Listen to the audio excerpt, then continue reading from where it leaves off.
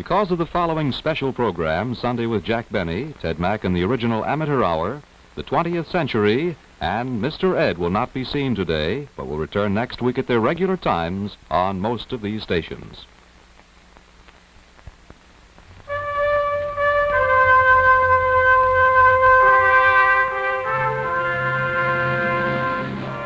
You are watching an official reenactment of the murder of President John F. Kennedy, filmed from the window where the alleged assassin crouched, and through the telescopic sight of his rifle.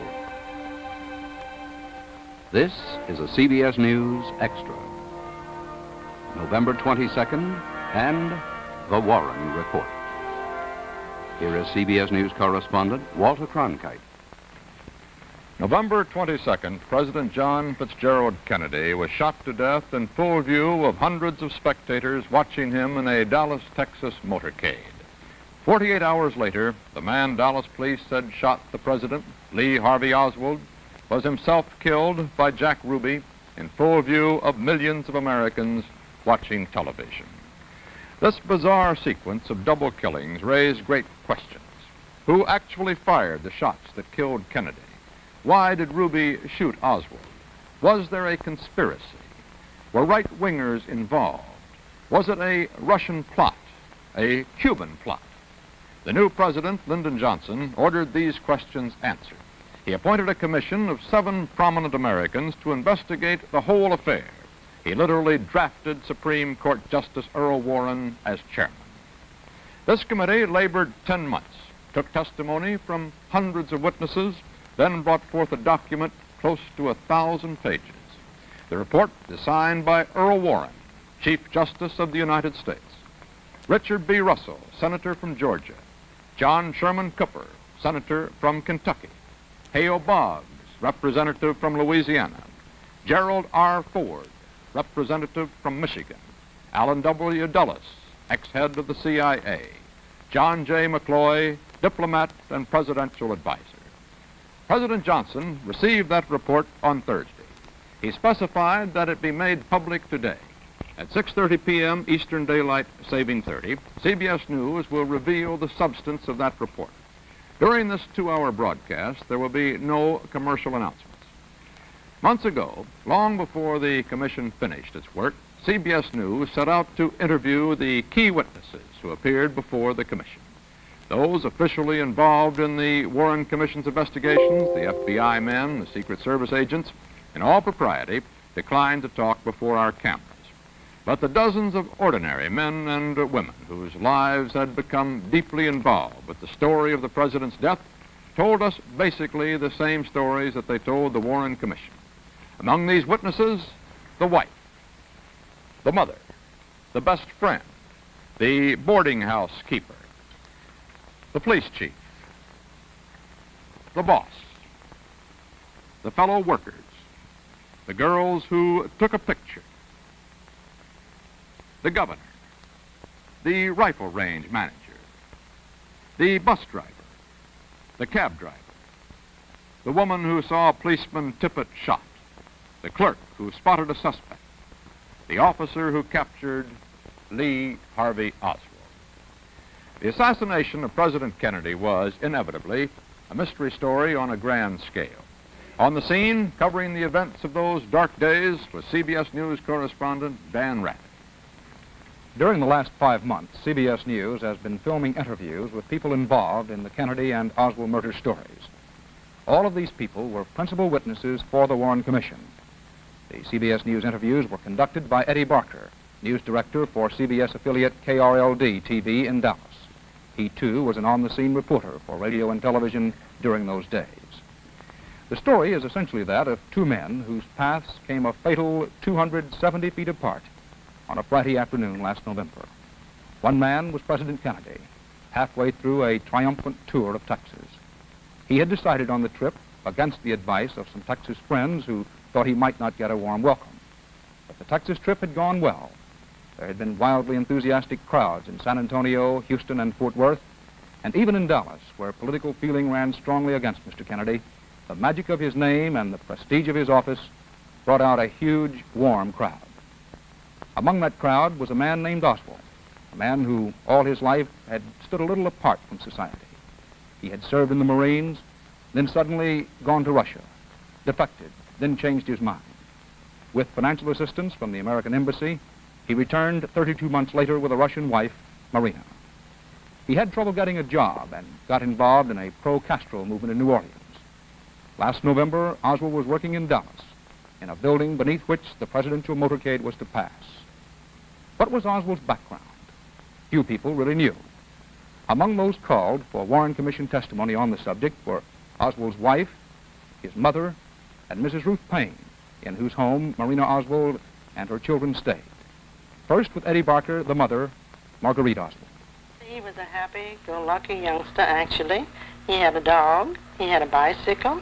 He belonged to the Y. He used to go to the Y and go swimming. I know many a time while at work he'd come in to see me from the Y, wringing wet, and it would be in the winter time. And I'd tell him he was going to catch cold because his hair was still wet, like all boys. He wouldn't dry himself thoroughly. He loved to play Monopoly. He knew any and everything there was to know about animals. He studied animals, was often in the zoo, and as we know, he was picked up in the Bronx Zoo while in New York playing hooky from school. And I consider that normal also, playing hooky from school. Many, many boys do this. We know, and it's sad and unfortunate, that Lee was deprived of his father. Then he was born 2 months after his father had expired. But we must understand that Lee had 2 brothers, so he was not raised just with a woman alone. Mrs. Oswald, how old was Lee when he went in the Marine Corps? Lee was exactly 17 years old when he went in the Marine Corps. He enlisted on his birthday. Mrs. Oswald, why do you think your son went to Russia? I think my son was sent to Russia. You see, Lee knew Russian fluently, read and write. He filed an application for Albert Schweitzer School, and on the application, I have an original application, it stated that I speak and write Russian. Where did he learn this? This is what I was going to tell you. He learned this while in the Marines, because Lee was in the Marines and only out 3 days when he went to Russia. So Lee had to learn this while in the Marines. What did you think about your son marrying a Russian girl? Well, to me, a Russian girl, any foreign girl, a Negro, or just any human being live and breathe just like I do. And so it made no difference to me that he married a Russian girl. I believe that Lee was told to marry the Russian girl. He probably loved her and was going with her because he knew her 6 weeks when he married her. But I think that he had orders from the State Department to marry the Russian girl. Mrs. Oswald, do you feel that your son was an agent of the CIA? Yes, it's not that I feel that he was an agent of the CIA. It's because I have so much correspondence with the State Department, plus the letters that Lee wrote to me from Russia, that indicates that he was an agent of our government, definitely. Did he ever intimate to you in any way that he was an agent of the government? No, and there again, this is Lee's disposition. He wouldn't tell a mother that he was working for the government. Possibly he might think that I might give the secret away. I'm under the impression that when you are a CIA or any undercover agent, then naturally you're a little secret about it, and the boy wouldn't tell me that. Mrs. Oswald's opinions about her son and his career are the same she says she expressed to the Warren Commission. The 2 most important questions she raises are, what was Oswald doing in Russia? And was he at any time an agent of the United States or the Soviet government? There are other interesting and vital questions involved in this matter of Oswald's relations with our government. In order to leave Russia, he borrowed $435 from the State Department. In order to get a new passport, he needed to repay it. He repaid it in full while working sporadically at $1.50 an hour, barely enough to support his family. And in June of last year, Oswald applied for a passport to various countries of Europe, including Russia. He received that passport in just 1 day. With his record, how did he get one so fast? We'll have the Warren Commission's answers when the report is made public in an hour and a quarter. Now for more testimony from witnesses who appeared before the Commission and were interviewed later by CBS News. Here again is Dan Rather. Lee Harvey Oswald lived last November in a Dallas boarding house under an assumed name. His family lived in a Dallas suburb in the home of their best friend, Mrs. Ruth Payne. What did she think of the Oswalds? In the spring, I felt that he didn't care, that all I knew really about him was that he wanted her to be sent back to the Soviet Union, and she didn't want to go. And it was knowing this, really, that led to my first inviting her to stay with me, feeling that it was somehow inhospitable not to offer her an alternative when she didn't want to go back. And I thought very ill of him that he was wanting to send her back. As you look back on your knowing Lee Harvey Oswald, did he ever appear to be irrational in any way? How would you describe him in that sense? I would say he never appeared to be irrational, no. I thought of him as an unhappy person, a person dissatisfied with the life he was leading and with the society he was in. I think he had been just as dissatisfied in Russia as he was here. As I understand it, the rifle that he used in the assassination of the president was stored in your garage. Is this correct? Well, from what's happened since, I judge so. I didn't know that he had a gun. I would have not wanted him to keep it here if I had known.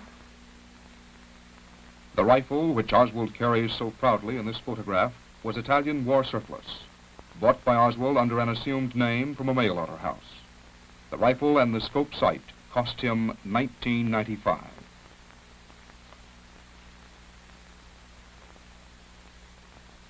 His wife had good reason to remember it. He come in the house 11:30. He was so pale, nervous, and didn't want to talk.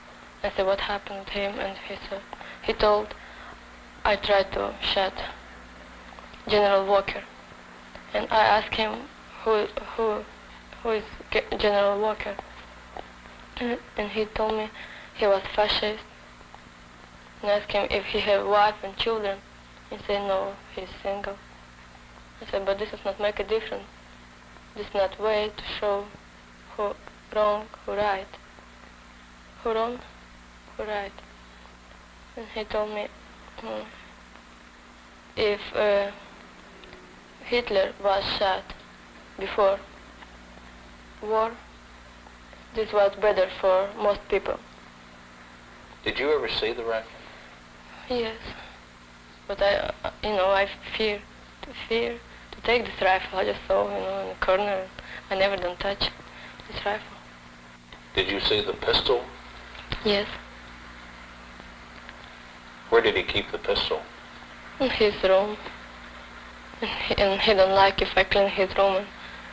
And he don't want if I see every time what he have in his room. And he keep closed. In the spring of 1963, Oswald signed his membership card in the Fair Play for Cuba Committee with an alias. This was in New Orleans, where he had found a job, and to where he had moved Marina. He spent hours passing out pamphlets on New Orleans streets for the Fair Play Committee. But he lost his job, and in September, only 2 months before the assassination, Mrs. Payne drove the family back to Dallas.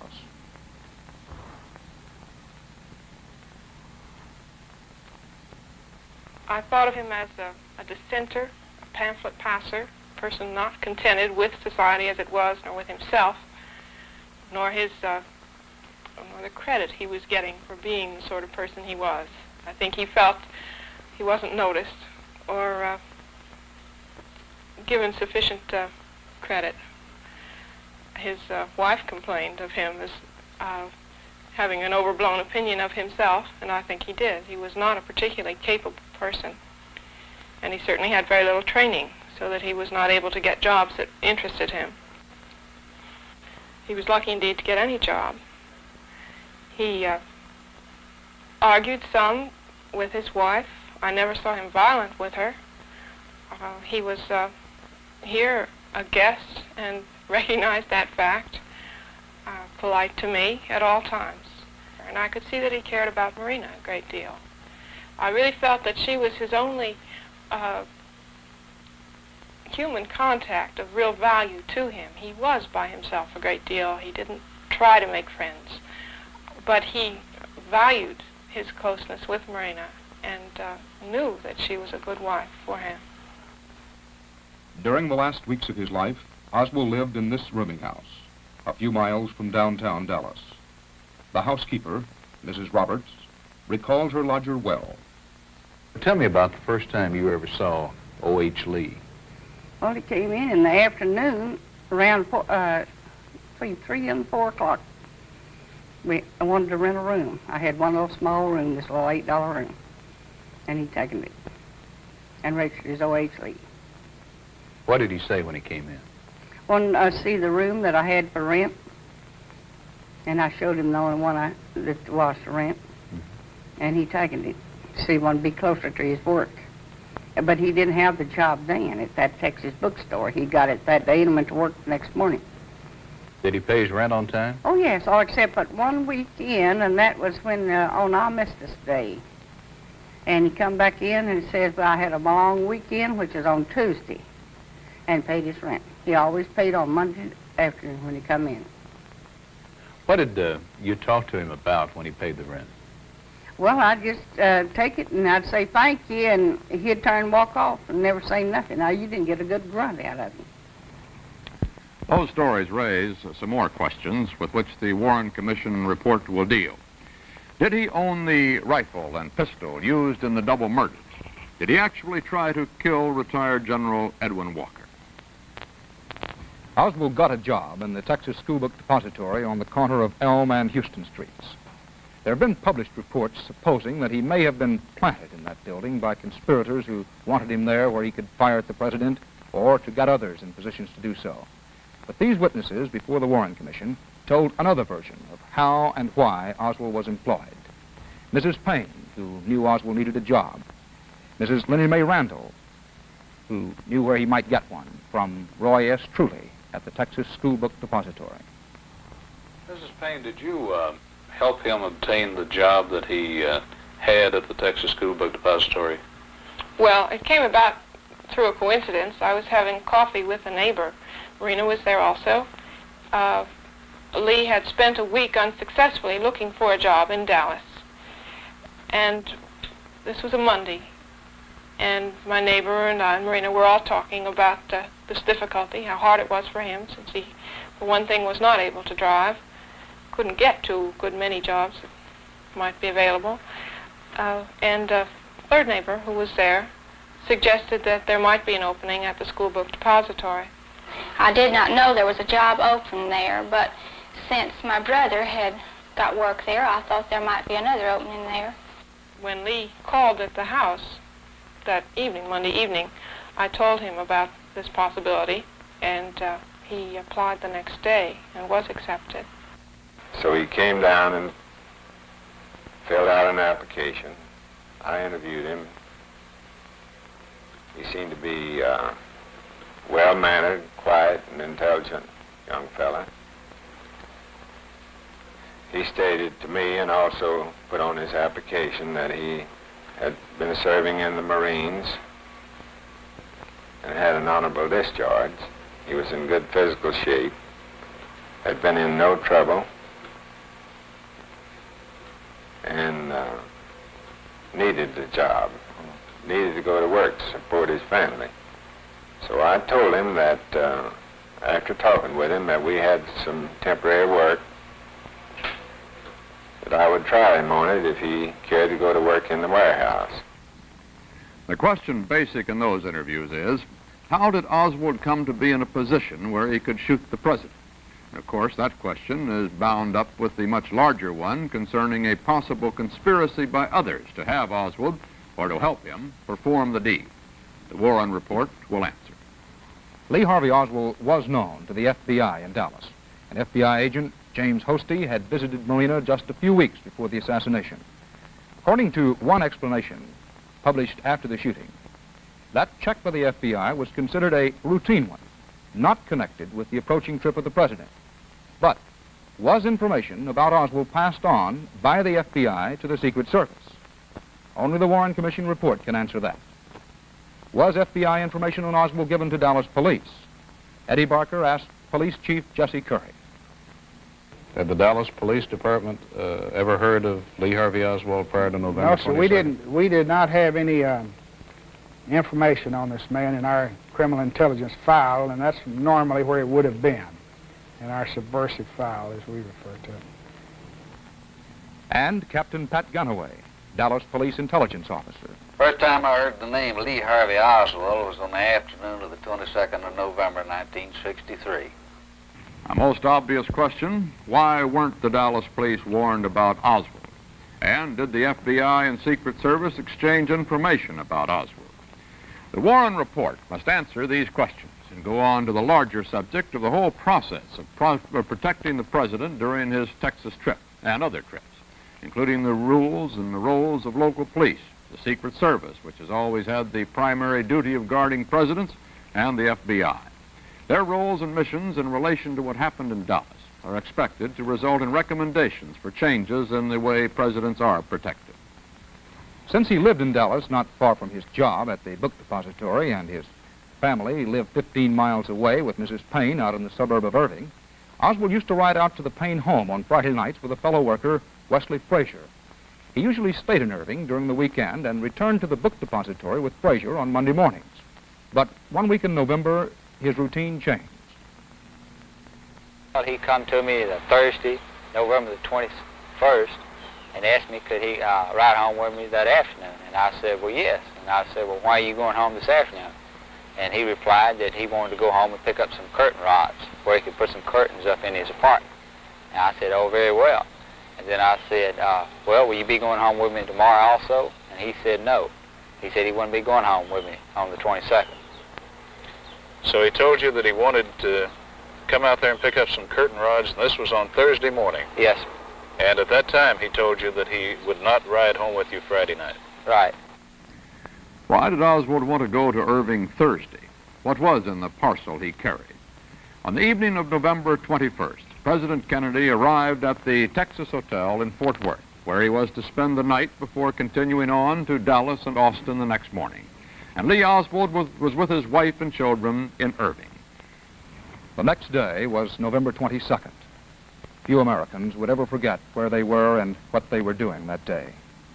When the Warren Commission started trying to reconstruct the who, what, when, and where of that Black Friday in Dallas, these were the key witnesses. Police Chief Curry in the lead car of the presidential motorcade. Texas Governor Connolly, who was with the president in the car behind. Three of the men at the book depository, James Jarman, Harold Norman, and Bonnie Ray Williams. All three of them would be watching from the 5th floor as this dramatic picture, taken a few moments after the assassination, later showed. Howard L. Brennan, who was standing across from the book depository, he saw the fatal shot fired from a 6th floor window. Mary Moorman and Jean Hill, the two young Dallas women who'd wanted a snapshot of the president and got one exactly when the shooting started. Police officer James Foster, who was on guard at the railroad overpass. And the voices of Dallas policemen. For every time a radio message went between the squad cars and the headquarters, it was tape recorded.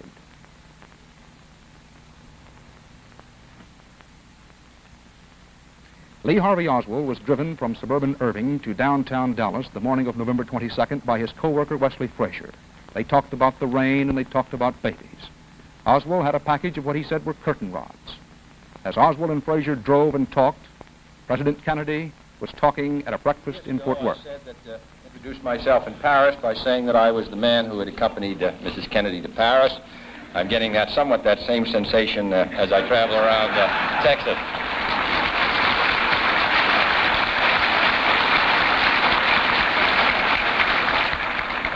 Nobody wonders what Lyndon and I wear, but with...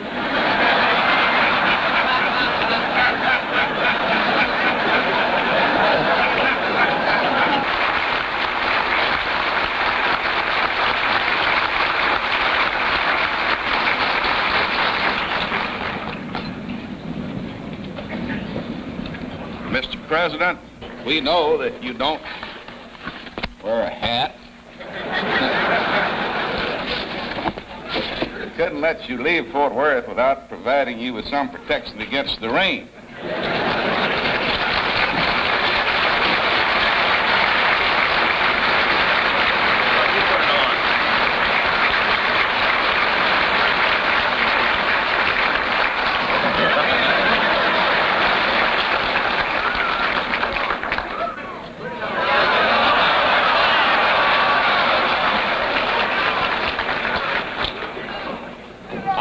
it on in the White House on Monday. If you'll come up there, you'll have a chance to see it there.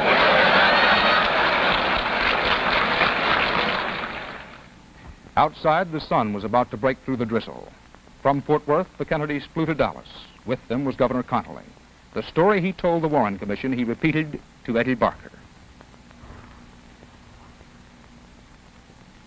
How about the plane trip over from Fort Worth to Dallas? Were you with the president during Yes, I was with the president from the time he arrived in San Antonio on the 21st. Traveled in the car with him at all times, and Miss Connolly and I did. And we flew over from Fort Worth with him. And he was jubilant about the reception he'd had. You see, at Fort Worth, this was the third stop we'd made. And we were all eagerly awaiting the arrival in Dallas. Of course, we didn't talk about much, as you well know, because it's not a very long flight in the 707 from Fort Worth to Dallas.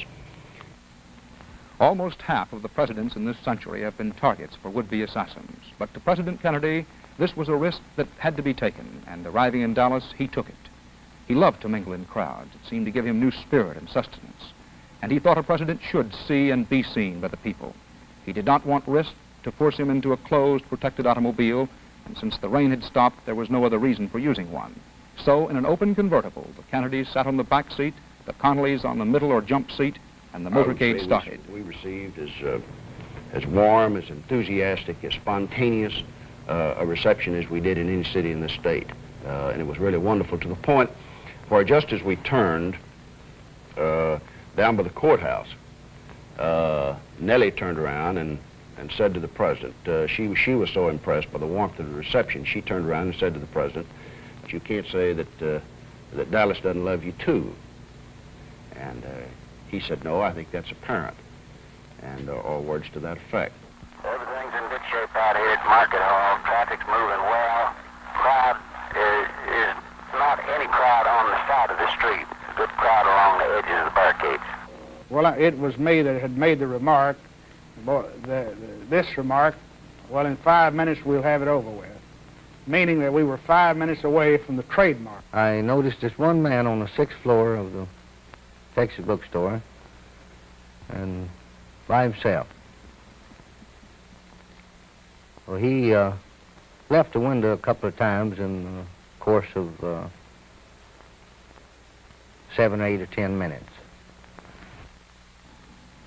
The time was almost 12:30. The motorcade would turn and turn again at the book depository. There, 3 of the employees were watching from windows on the 5th floor. Oswald, according to Dallas police, was 1 floor above, hidden behind a stack of cartons. Right across the street was a low concrete wall, and there Mr. Brennan was sitting. He would see the president clearly, and also see the book depository. Having made the turn, the motorcade would go on down Elm Street. Here, 2 young women waited with a Polaroid camera, and they would have their pictures just seconds after the president passed. From there, the motorcade went beneath a railway overpass.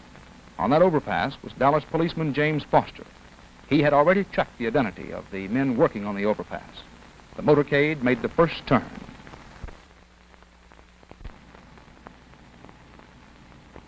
I figured that the president was getting close, and it wouldn't be too long before I'd get to see the president. And when he turned down Houston Street, well, I saw him, and he seemed to be very happy, cheerful, and he was enjoying the applause and the cheer that the people were giving him. Then the motorcade got to Elm, and it turned and started towards the triple underpass. The president, he was waving at people as he went by, and occasionally he would brush his hair back. The last thing I saw the president do was push his hair back, and the only comments that we made about the president was that his tan was beautiful, and also his hair was looking good that day. I made the remark that, "My, that's a beautiful car, isn't it?" And Hank said, "Yes, it is." As I sure would like to have something like that.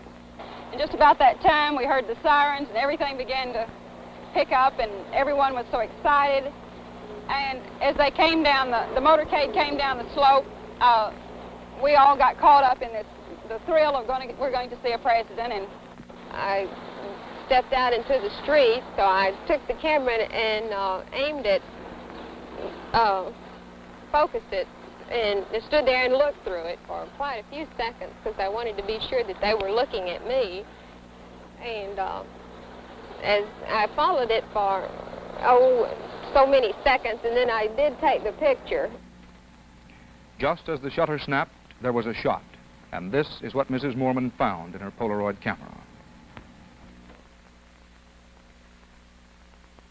I heard this shot, and I say shot because I immediately thought it was a shot. I immediately thought it was a rifle shot. I've hunted a great deal in my life. I fired a rifle many times, and I thought it was a rifle shot. Why, I don't know, but I immediately thought of an assassination attempt. It's the only thing that crossed my mind. Fear just swept through me, and I immediately thought of him, of course. I was sitting on the jump seat in this 7-passenger car immediately in front of him. And I turned thinking that the shot had come from back over my right shoulder. And I turned to look in that direction, I think motivated by two things. First, to see if I could see where the shot came from, see if I could see anything unusual. But equally or more important to me at that moment in my thought processes was a desire to see him, see if anything had happened, see if he was all right. So I turned, and I obviously saw nothing but a tremendous crowd of people from where we had just come. And I saw nothing unusual, nothing out of the way, except people also had startled looks on their faces. They were turning, they were looking, and I didn't catch him in the corner of my eye.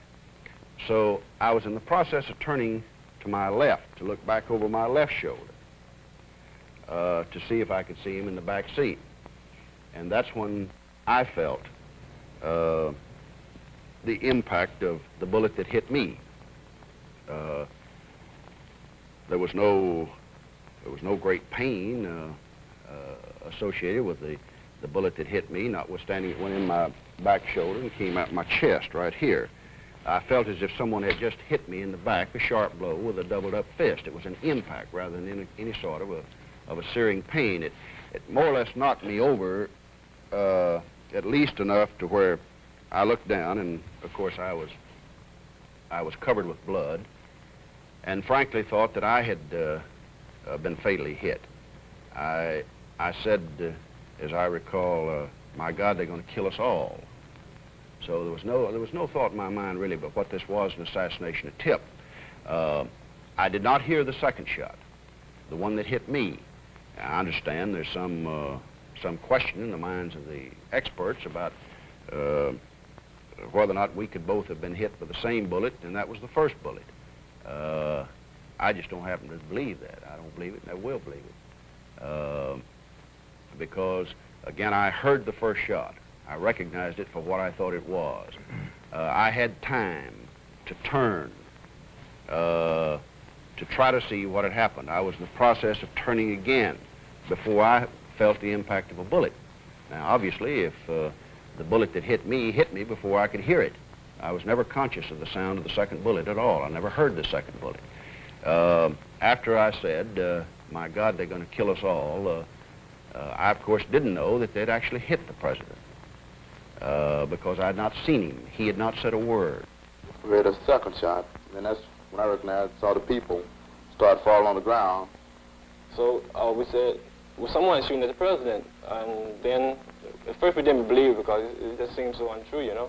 And then the other fellow, Harold Norman, said, yes, I believe he's been shot at. And I think everybody then knew that this was not firecrackers or torpedoes up in the railroad yards, but that it was shots. Then I whirled around and fell on the ground, and I told my friend, I said, gee, those are shots. They're shooting. Get down. And some people were falling to the ground and pushing their children and covering them. But before the third shot was fired, I told the guys that I, believe the shot came from the building above us. And eventually, I guess they agreed with me because one of the guys said, I believe you're right. And I said, I know I'm right because I could hear something sound as though the hulls were hitting the floor, and I could hear the projection of the rifle. It was like that, Then after that, I noticed Bonnie Ray had some debris in his head. James Jarman said that I had this cement in my head, and that he saw it there, So therefore, that was caused by some kind of loud sound or something that shook the old building to make this fall down to my head. And therefore, we decided it really came from the 6th floor because the only floor above us was the 6th floor. About this time, I looked back in the rearview mirror, and I could see that there was some commotion in the president's car. And about that time, I could see that it was speeding up also. And about that time, Nellie pulled me down into, I had turned again in reaction to this bullet and had turned facing my right. She pulled me over into her lap and put her head down on top of mine and just kept talking to me and saying, "You're going to be all right, you're going to be all right." I was conscious the whole time. I never lost consciousness, and I was lying there and heard the third shot. Now, it takes a long time to tell this, Eddie, but this all happened, as you well know, in a matter of seconds. I heard the third shot very distinctly. I heard it hit. I assumed that it hit the president. It obviously did. I looked directly across and up, possibility at a 45-degree angle, and this man, same man I had saw prior to the president's arrival, was in the window and taking aim for his last shot. After he fired the last or the third shot, he didn't seem to be in a great hurry. He seemed to pause for a moment to see if for sure he accomplished his purpose, and he brought the gun back to rest in upright position as though he was satisfied. His arm flew up, and his hair kind of jumped, and it appeared that the president's head just exploded. But I did not see it hit him, but I heard it hit. And you obviously, again, if you've ever done any firing, even at 200 or 300 yards, when you fire a rifle at a deer, you know from the sound of that shell, the whine of it, whether or not it hit its target or whether it didn't. It makes a different sound. Well, obviously, the bullet, the third shot, hit something. And it was very obvious after that because the evidence was splattered all over the car and all over my clothes and all over Nellie. And so there was no question about what had happened. My eyes were open. I was conscious. I saw the two Secret Service men in the front seat. I heard what they said. What did they say?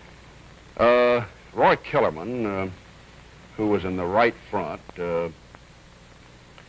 between the second and the third shot, between the time I was hit and between the time of the third shot, both the driver and Roy were looking back into the back seat to see what had happened. This was all, again, happening in a matter of seconds.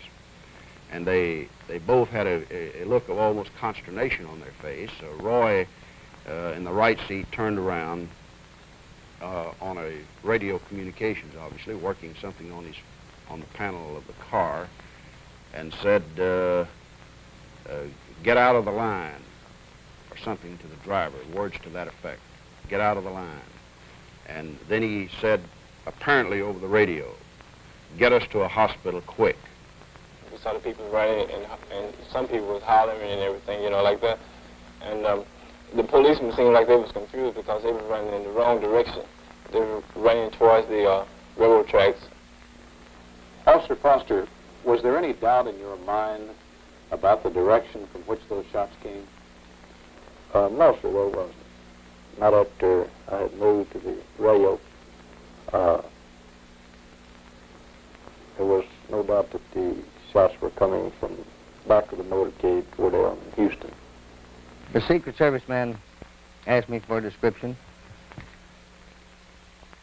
I gave him a description of a man in his early 30s, wearing light khaki-colored clothing, height 5'9" or 10", weighing 170 pounds. About this time, one of my motorcycle officers rode up beside of me, and I asked him what had occurred back there, if that was shots, and he said yes, and I said, "Was anybody hit?" And he said, "Yes, I'm sure they were." And so I got on the radio and told my dispatcher to notify Parkland Hospital that we were en route code 3 to stand by for an emergency. All traffic off of the emergency entrance to Parkland Hospital and all emergency equipment off of Industrial Boulevard. So we immediately pulled out of the caravan and began picking up speed. The car never stopped, did it? No, the car never stopped. And about this time, I lost consciousness.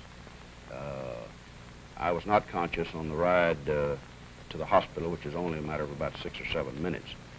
Can you give us any information as to what happened for these people out here? President involved. I do not know the seriousness of it or the possibility that 6 or 7 more people may have been shot. 10-4-12-40, 15 car 2. Did they realize they had the suspect? No, they do not have the suspect. I came to again. Apparently the braking action of the car brought me back to consciousness. And Nellie later told me, of course, that we had a very wild ride, and apparently we were traveling at a very, very high rate of speed down the freeway to the hospital. It was a time of just unbelievable stark tragedy.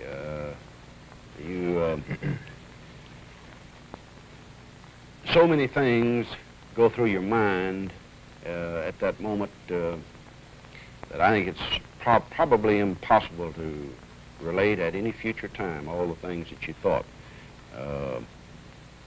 I know I thought, again, I rather assumed, without knowing, that the president had been fatally wounded. And I rather assumed that I had been. And so constantly there was going through my mind thoughts of Nellie, of the children, of what she'd done.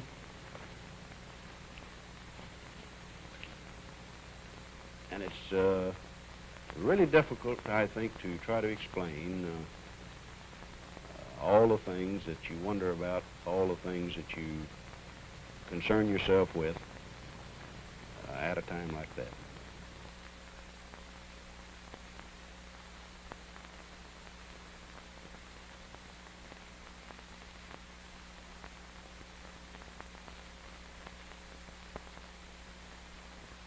I lit some candles, and Marina asked me if that was a way of praying, and I said that it was. Although even then I felt that he was mortally wounded. And then we heard that he was dead.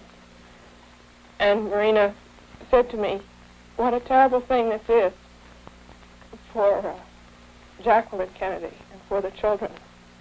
Now they will have to grow up without a father. Because I think about Jack, about her children.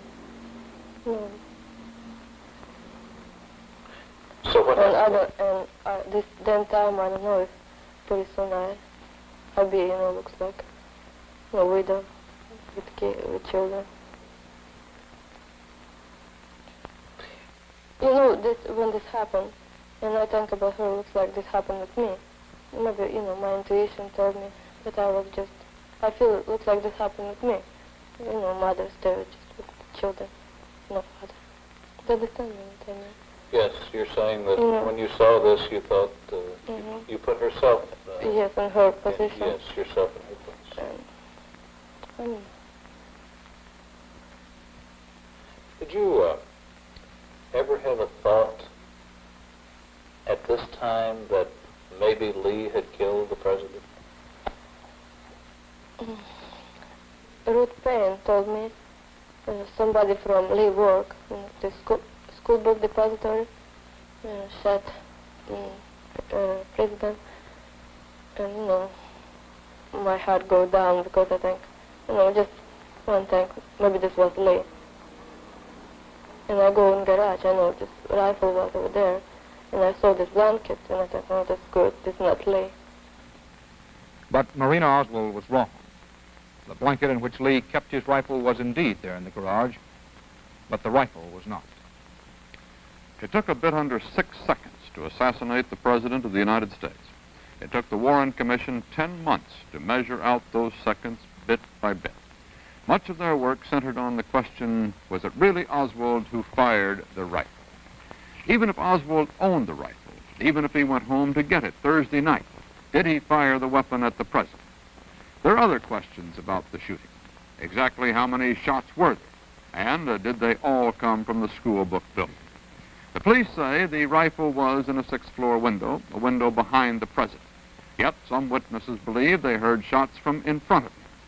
There was what appeared to be a bullet nick in the windshield of the limousine. And Parkland Hospital doctors were quoted as saying they thought at least one bullet entered Mr. Kennedy's neck from the front.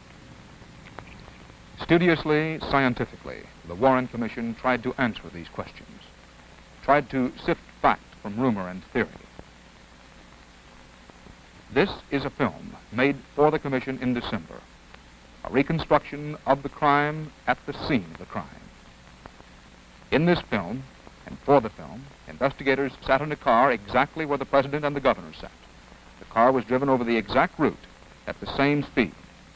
And in the window where Lee Oswald is said to have waited, a cameraman waited with Oswald's gun sight. For a moment, a tree is in the way.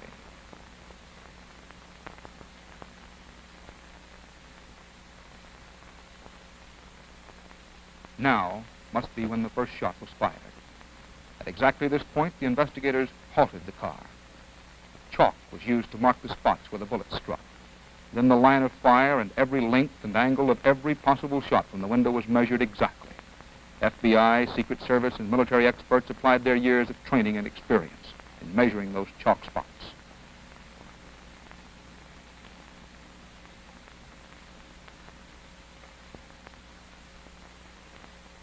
Again and again, the bullet angles were measured. The chalk spots were redone. But Chief Justice Earl Warren went to Dallas himself in June, went to the window, and Warren personally looked through the rifle sight.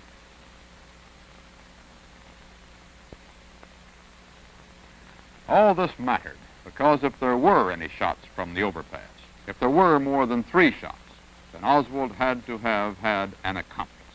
So some big questions which the Warren report will answer in the coming hour. Where did the bullets come from? How many were there? These questions of direction and number of bullets which struck President Kennedy and Governor Connally are matched in importance by the whole matter of speed in firing. Could Oswald fire a bolt-action rifle fast enough to hit moving targets in a few seconds? Could anyone operate such a rifle with such deadly accuracy in so short a time? These matters have been widely discussed the world over for 10 months. The Warren Commission had the benefit of the best ballistics experts in this country. We'll have their conclusions a little later. The experts can check and measure, but Eddie Barker talked to 2 men who told the Commission they actually saw Oswald with a rifle in his hands. They are Malcolm Price, supervisor of a sports rifle range outside of Dallas, and Garland Slack, who practiced there. Now, Mr. Price is examining another Italian Carcano rifle, the same make and model as Oswald's. CBS News had this rifle brought out to the rifle range.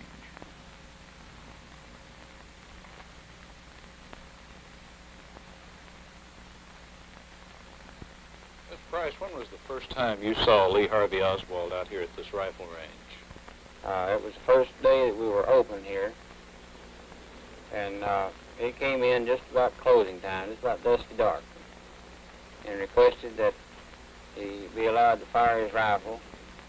And also, he was looking for someone to set the telescope for him. Did you set it? Yes, I did. He was quite talkative to me when we were discussing his rifle and his telescope. But as far as being an outright conversationalist or talking to any of his neighboring shooters, he didn't. He kept strictly to himself, except for one time. And he was shooting next to a fellow by the name of Garland Slack. Well, we were shooting the targets, and I was still working on a precision gun that I was building, and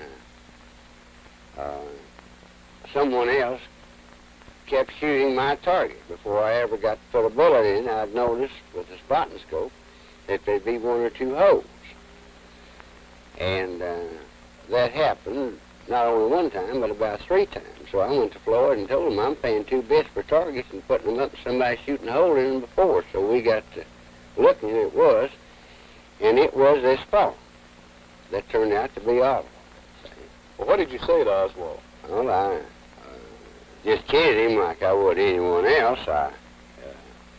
You don't just make a man mad to stand there with a high-powered rifle. You kind of got to approach him easy. And I suppose if I was knowing the kind of a guy he was, I probably wouldn't have said anything. But I made a remark, he's not getting any prize or not going to win a turkey by rapid fire and shooting someone else's target. What did he say to you? And he never said anything to me. In other words, he didn't say he was sorry. He just went on doing what he was doing. Now, you say that he was shooting rapid fire. How rapid fire was he shooting? Well, for instance, he was shooting six times, say, in 7 or 8 or 9 seconds. This could be fired quite rapidly. It's very possible to fire the gun at a fairly rapid pace. It is clip fed, and as quick as you can work that bolt, well, it's very easy to fire rapid with it. It takes a little practice, though. You have to be good as a snapshot to bolt your rifle and then aim it. Although Oswald had considerable rifle training in the Marine Corps, he was rated a good but not excellent shot. Mr. Price and Mr. Flack say that they saw him practicing fast firing shortly before the assassination. The question for the Warren report: could he have fired 3 shots in about 5 seconds? Dan Rather continues. As the police and investigators for the Warren Commission reconstructed the Dallas story, Oswald fired his rifle from the 6th floor of the school book depository building. Yet, a few minutes later, possibly less than 2 minutes later, he was stopped by an armed policeman and identified by his own boss on the 2nd floor and the other side of the building. The policeman's name was Marion Baker. I heard those shots come off, and they seemed like they was high, and they were directly ahead of me. And as I tried to figure out where they came from, and the building that I had in mind was directly ahead of me, and that was the Texas Book Depository building. As I entered the building there, I asked some of the people that were standing around there where the stairs or elevator was. And there was a man who spoke up and said he was the building manager and he'd show me. I realized that he didn't know the layout of the building, so I ran in with him. It was just a matter of seconds after the 3rd shot, and we ran across the shipping room floor, stopped at the elevators. And we couldn't get that service elevator working, and he said, well, we use the stairs. And he turned around and immediately went up the stairs. We ran on up the 1st flight to the 2nd floor, and the officer looked in the snack bar adjacent to our office. And I kind of looked off to the right over there through a doorway and saw an image of a man walking away through that doorway.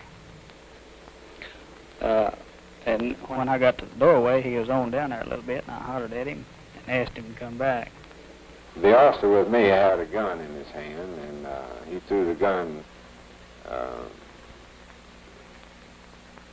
toward the middle of Oswald, and he looked probably a little startled, like anybody else would if you just put a gun in his stomach all at once, which I thought was natural. But I turned around and asked him if the man worked for him and if he knew him. And he said, yes, says he works for me, and I know him. And at that time, the man never did say anything. I never did say anything further to him. I turned around and went on up the stairs to the 3rd floor. Officer Baker, as you think back now to November 22nd, would you hazard a guess as to the time you heard these shots and the time it took you to get into the building and go up the stairs and the time when you first saw Lee Harvey Oswald? I believe, excuse me, from the time that I heard those shots and time I ran into that building, entered the lobby, and made it up to the second floor, it was approximately a minute and a half to 2 minutes. And that would be pretty close to it. In your testimony before the Warren Commission, was this reenacted, this timing? Yes, sir, it was. Would you tell me how you did it? Well, we went back to the same day that we figured what I did that particular day, and we tried to get to the spot where I thought I first heard the shots. And from there, we took it and we did everything, reenacted the whole situation there, the entrance into the building, and the talk we had between the building manager and myself, and then we went on back through the building and we tried to get the service elevator down, and we then went on up the stairs, and that I believe somewhere around a minute and a half was our timing on it. As you recall it, does that seem like a reasonable length of time for him to have been able to do those things? He could have done it if he'd have been awful fast or if he'd pre-planned it that way. But the ceilings are low on each floor, and the stairways do not have too many steps on them.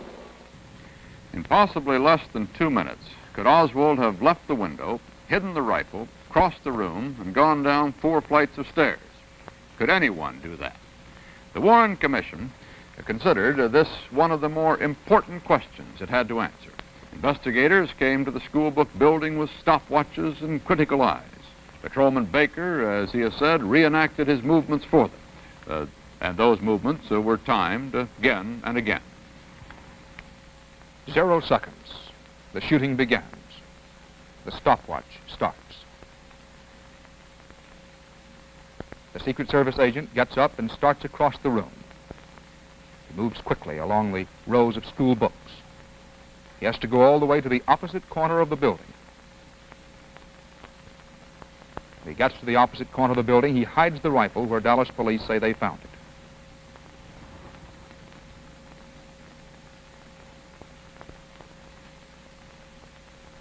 Then downstairs, down 4 flights, to the snack room.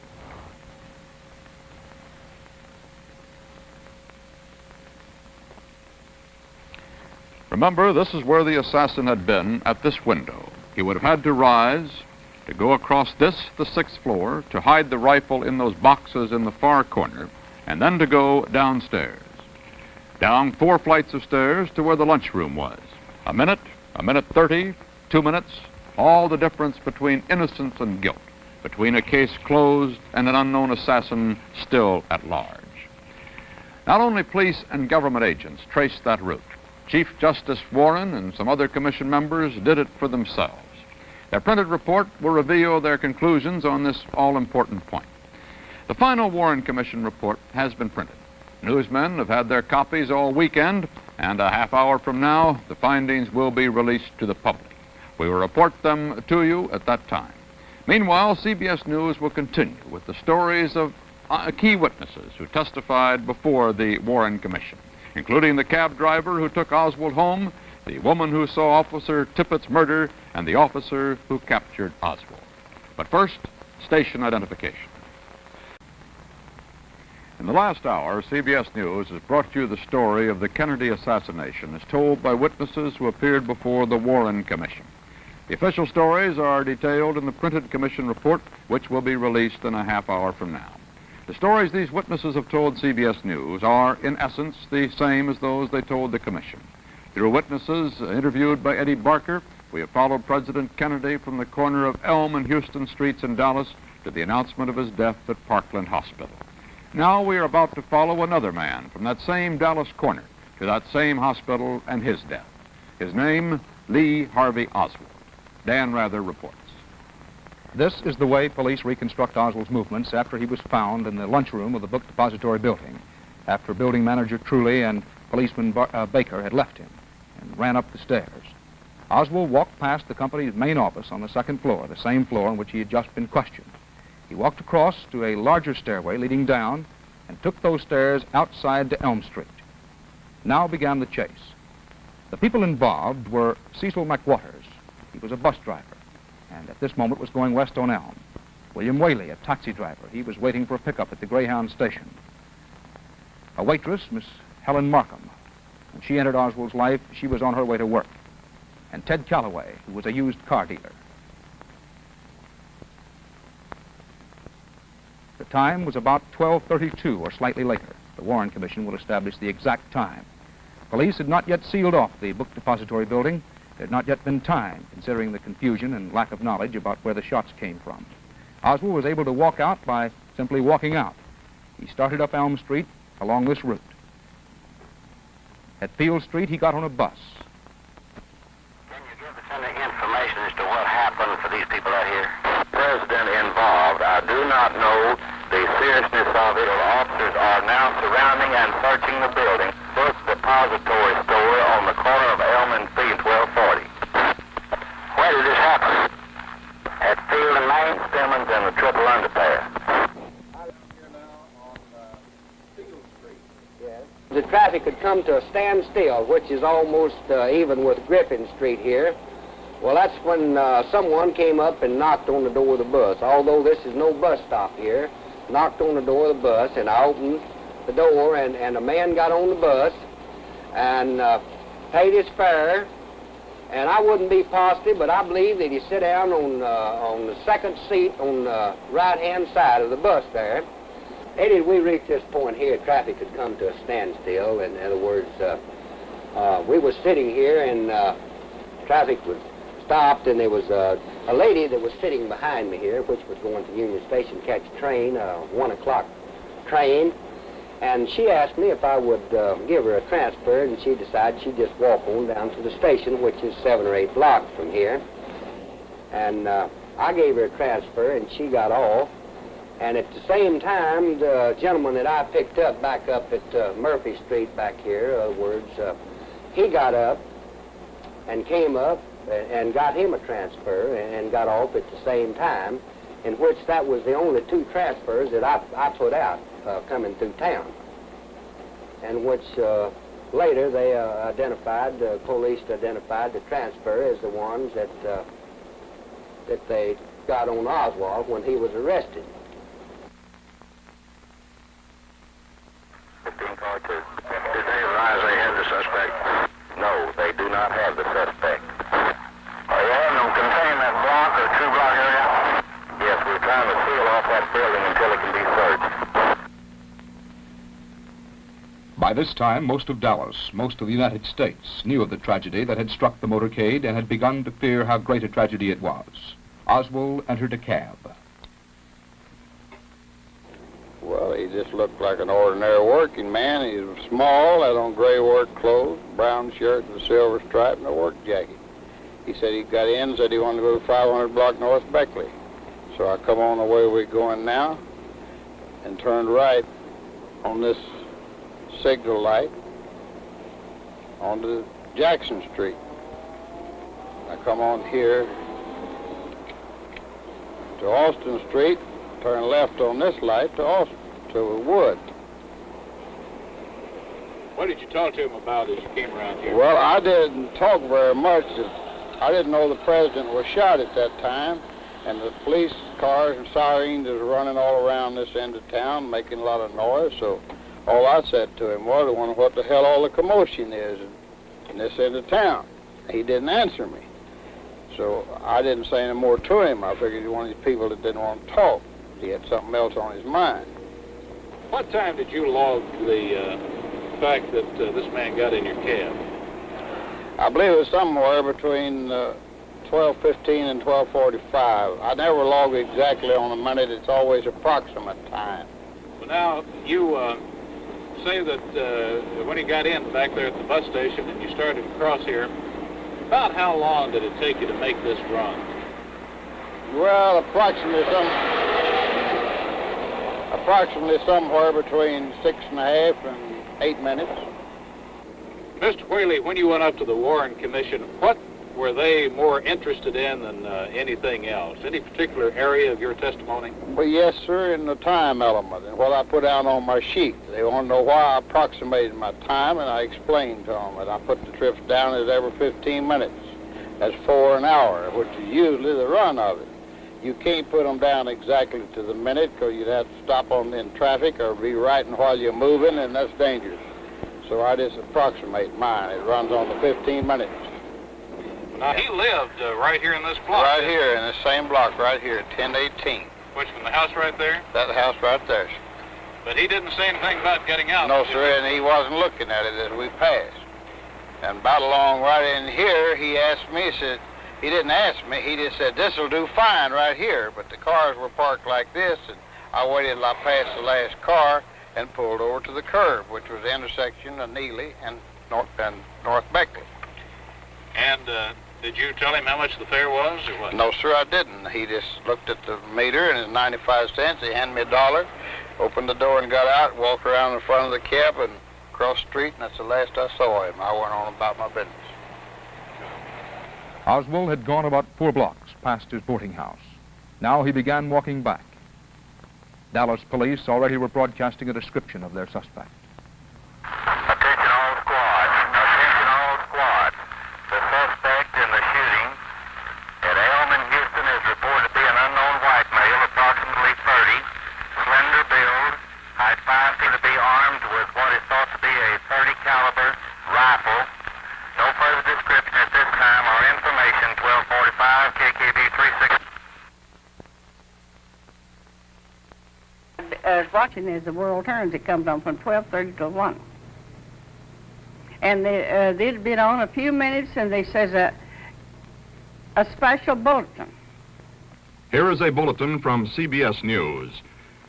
In Dallas, Texas, 3 shots were fired at President Kennedy's motorcade in downtown Dallas. The first reports say that President Kennedy has been seriously wounded by this shooting. Well, I was listening, had the television on, listening, trying to find out what happened to President Kennedy when he came in. It must have been after 1 o'clock, because he come in and, you know how television blink on that way. Mm-hmm. I was trying to clear it up, and he come in, and he wasn't running, he was just in a fast walk. Well, now, when he came in that day, and you were trying to fix the television set, mm-hmm. Did you say anything to him about the president being shot or not? No, sir. I just said, "Are you sure in a hurry?" And he didn't answer me, and didn't say nothing. When he went out walking fast the same way, and I was still listening there about broadcasting about President Kennedy. Oswald left the boarding house and started walking southeast. Where exactly he was going, nobody knows. Well, all the information that we have received, Nine, indicates that it did come from about the 5th or 4th floor of that building. Do you have any information as possible that the governor also was hit? Have information that the governor was hit, but we do not have any information as to extent of injury. For your information, on the 5th floor of this bookstore company down here, we found empty rifle holes, and looked like the man had been there for some time. We're checking it out now. 1049-112. At 10th and Patton, Mrs. Markham saw Oswald approach. Well, this man was walking along the sidewalk on 10th Street. This police car was driving very slow down 10th Street. What happened? Well, the man kept walking, just like I say, with his hands down in his head. I didn't pay him no mind, I didn't care. And this police car kept coming on, and finally he stopped, and the man stopped. And whether the policeman say, come over to the car, talk to him, I don't know, but he went. Was he on the driver's side or on the other side? On the other side. And did he stick his head in the window? Yes, sir. He folded his hands like this. He put them in through the window, up on the window, and he leaned over like this. What do you remember about this man? Was he a big man or a small man? Or what? No, he wasn't a very big man. He was short, kind of short, so as I remember. Well, now, was he still standing there when Officer Tippett got out of the police car? Well, he got out of the window, put his hands back down to his side, and stepped back 2 steps. The policeman calmly opened the door. He calmly crawled out. And for me, I didn't pay no attention because I was, talk, friendly. And the policeman got to the front wheel on the driver's side, and this man shot him in the wink of your eyes. Just bang, bang, bang. And what did this man who had shot the officer, what did he do as soon as he had shot him? Did he move back, or did he run, or what? No, he didn't break out and run fast. He walked fast down the sidewalk, back towards me, and then he seen me. And then he done like this. And of course I did too, and then I slapped my hands upon my face.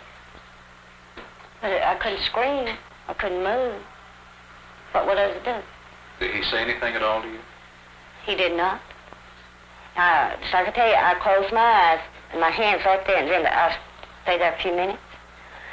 And I was going to look and see if he's gone or coming after me or what.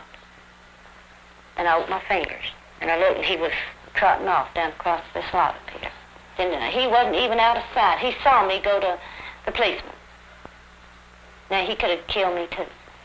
I knew I had to get help for this man. And I knew this police car, all police cars got radios in them. And I'll do what I can to get help for this man. And I tried. This dog squad, for information, we have a report that an officer has been involved in a shooting in the 400 block of East 10th, 118. And they hurt me. Around the corner, Ted Calloway was tending to business at his used car lot. Well, Eddie, I was quite upset and excited, I guess, over the shooting of the president, and I was just standing on the front porch of our used car lot office, and I heard some shooting, what sounded to me like 5 shots coming from the back of our office in the direction of 10th Street over here. And as soon as I heard the shooting, well, I come running off the porch out here on the Patton Street, out here on the sidewalk, and I looked up the street toward, that's 10th Street right there, and I could see this man running across the sidewalk and back of a taxi cab over to the other side of Patton Street right here. Where was he holding this gun when you saw him? I didn't notice the gun until he was on the other side of the street and running in this direction. Well, now, when he came down here, and you say he stopped where, about over there in front of that house? Yes, sir, about 40, 45 feet away. I could see clearly he had this pistol in what we used to, in the Marine Corps, call the raised pistol position. And he wasn't on a dead run, but a good fast trot. And I noticed that he was very pale. He was just deathly white. And I hollered at him. I said, "Man, what in the hell is going on?" And he almost stopped and said something to me which I could not understand, and faced in my direction, still with a pistol in this position, and then continued on down Jefferson in a good fast trot. Not down Jefferson, down Patton. What did you do, Mr. Calloway, after this man ran around the corner? Where did you go? I ran down the direction of the shooting, down toward Patton and 10th Street, and when I rounded the corner, I could see a squad car there. And by this time, there's 2 or 3 or 4 women had gathered around, and I saw Officer Tippett laying in the street. I could tell by looking at him that he was dead. He was laying on his pistol. He had drawn his pistol. His strap on his holster was unsnapped, and I imagine that he had drawn his pistol while he was falling because he was laying under his left side. So I took the pistol from under him and laid on top of the hood of the squad car. And then I ran to the squad car and called in on the radio and told them that an officer had been shot.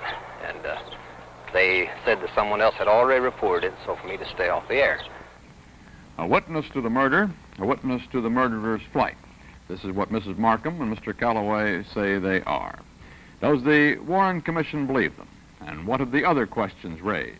When Oswald left the boarding house, where was he heading? Why did policeman Tippett stop him? Or was it Oswald who stopped Tippett? Was it really Oswald who shot Tippett? If so, why?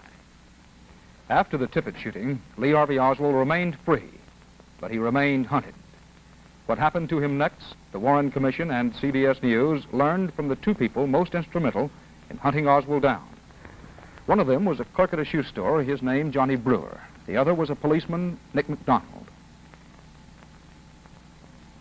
Oswald had taken off down a side street and across a back alley, pausing at his claim to reload his revolver.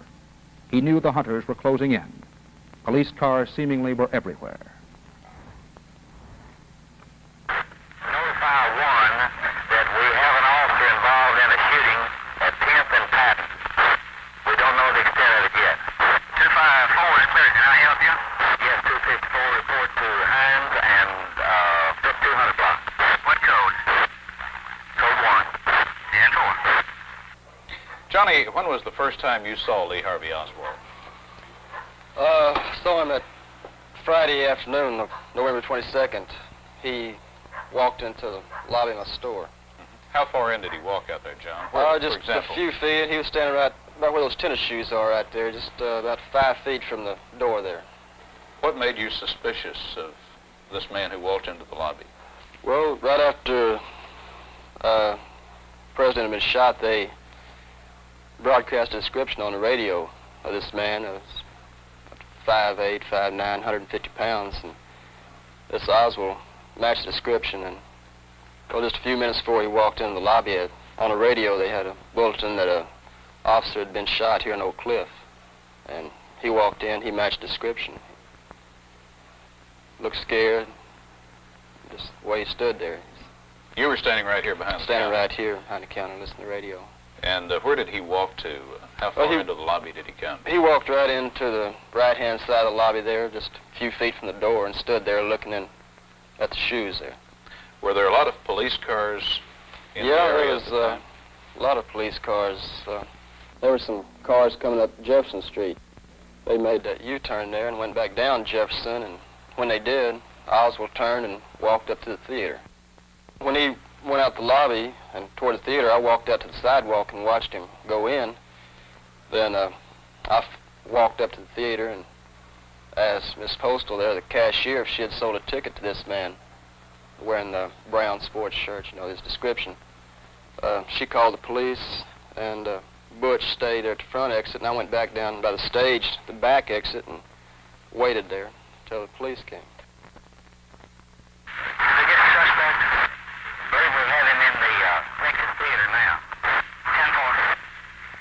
What happened when the police came? Well, just before the police got there, they turned the house lights on in the theater, and I looked out the curtain and saw Oswald, and he stood up and walked to the aisle there and then turned around and sat back down, almost where he had been sitting. And then I heard this noise outside and opened the door, and the police grabbed me and asked me what I was doing there, and I told them. And they asked me if the man was still in the theater. I said yes. They asked me to point him out, so three other policemen and myself walked out and pointed to him, and Officer McDonald, he was the first one to him. He approached him, and Oswald stood up.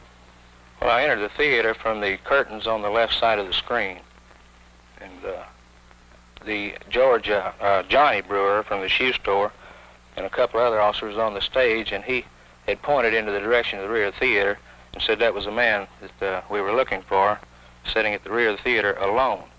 And I spotted the man that he was talking about. Did you have your gun drawn? No, I didn't. And as I walked up to the aisle, Oswald was sitting in the second seat, the third row from the rear, the second seat from the right center aisle. This seat right over here? This seat right here. What happened then? Well, let me let you use my pistol. Okay. And go through it a little bit, make sure it's empty so that... Okay. won't have an accident. And he had it tucked in his belt on the right side.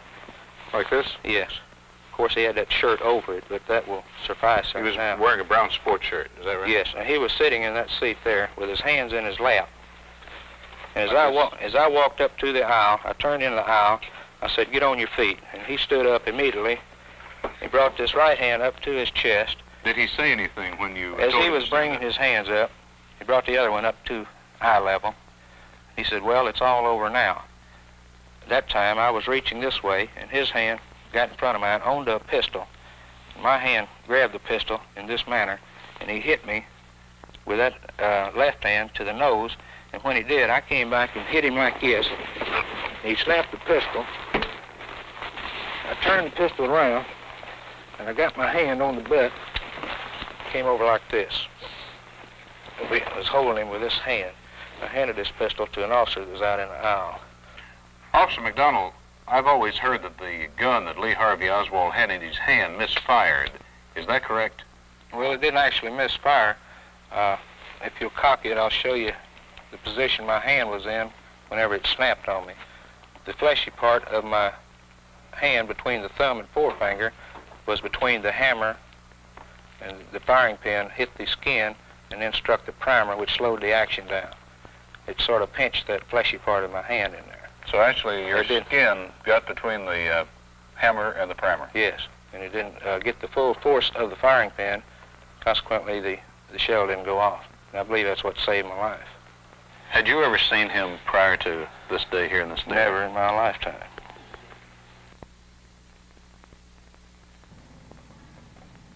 Here, the flight of Lee Harvey Oswald was ending an hour and a half after it began. Suspect involved in the shooting at the Texas Theater. Have there been any developments that you can tell me on the suspect that shot the officer? Was there any connection with the shooting of the president? At this time, it's my understanding he is the same person. He is in custody. The police came out to the house in the afternoon of the 22nd and asked if they could search. And I said that Lee Harvey Oswald was in their custody for shooting an officer. And I said that most of their things were in the garage and went out with them to show the things. They asked if he had any guns. And I said I thought not. Translated the question to Marina, who said that she had seen the butt end of a rifle in a blanket roll that she indicated on the floor, perhaps 2 weeks back. And she had known that he'd had a gun and thought it was there. But when they picked up the blanket roll, it was empty. When you went down to the police station and you were asked to identify this man in a lineup, how did you identify him?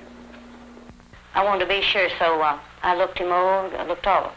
But that man, I knowed it was that man because I couldn't keep my eyes off of him. And I kept looking at him, and I had him turned to the side, then back, and then I knew it was him because the way he looked. Yes, sir, I saw him that night in the police lineup. They asked me to come down to police headquarters, and I identified him in the lineup as the man that I had seen running with a pistol in his hand. Did you have any trouble identifying him in the lineup? None whatsoever. Did he look as pale that night as he had that afternoon? No, out sir. here? No, sir. No, he didn't. But he was the type of an individual that once you see him, you'd never forget him. Why do you say that? There was just something outstanding about him, I guess, under the circumstances. I paid especially close attention to him, especially him with that gun in his hand, you know. But I had no trouble at all in picking him out of the lineup.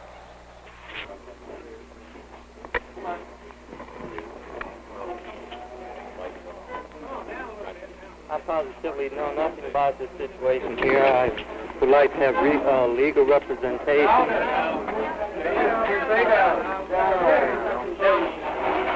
Well, I was questioned by a judge. However, I protested at that time that I was not allowed legal representation during that very short and sweet hearing.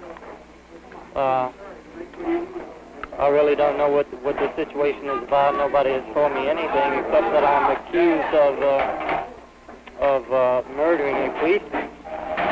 I know nothing more than that, and I do request someone to come forward to give me a legal assistance. Did you kill the president? No, I have not been charged with that. In fact, nobody has said that to me yet. The first thing I heard about was when the newspaper reporters in the hall asked me that question. You have been. Somebody said what? Sir? You have been. Somebody said what? Okay, man, I ain't hear you, man. Okay. What did you do in Rochester?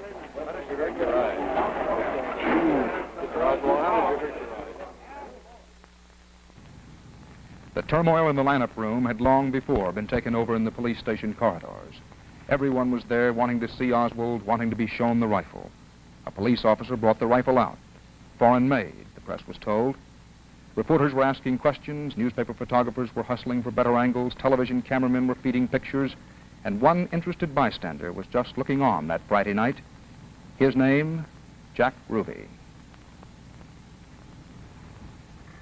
Chicago-born Ruby was a Dallas nightclub owner. He had a beer joint downtown where girls did striptease dances on stage. He didn't belong in the police station, especially at a time like this. What then was he doing there? Did he know Oswald? Two more questions for the Warren Report to answer. These scenes we have witnessed, the scenes of Oswald being interrogated, exhibited, harried by policemen, cameramen, and reporters, these led the Warren Commission to still another question.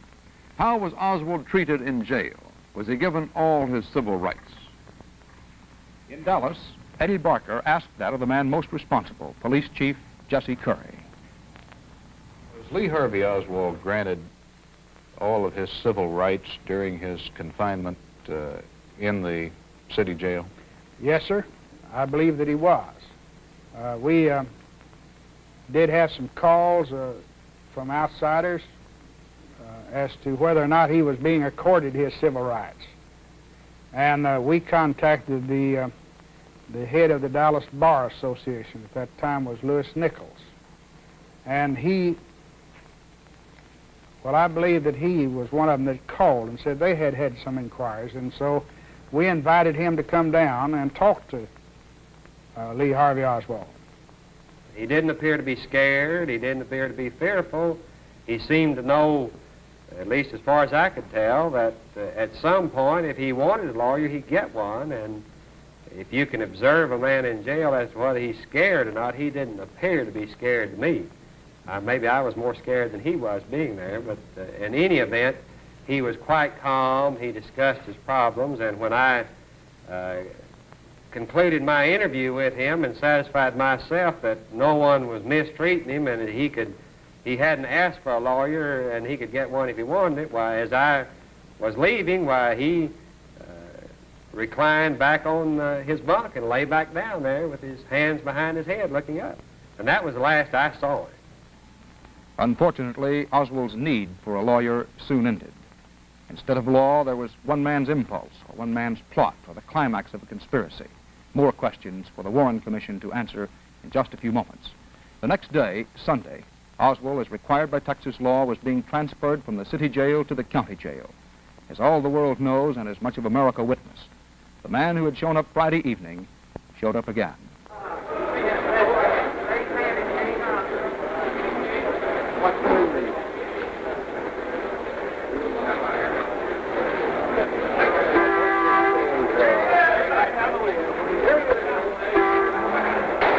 Basement floor of the Dallas City Hall, and that's a scuffle on the basement floor. It seems to concern photographers. He has been shot. Oswald has been shot. Lee Oswald.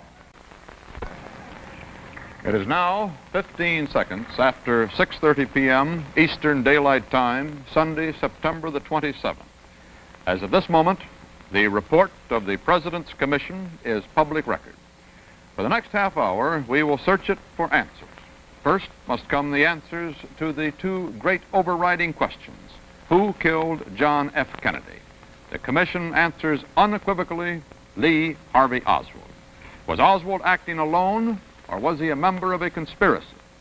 The Commission answers he acted alone. But such answers of themselves carry no conviction. They must be buttressed by incontrovertible evidence.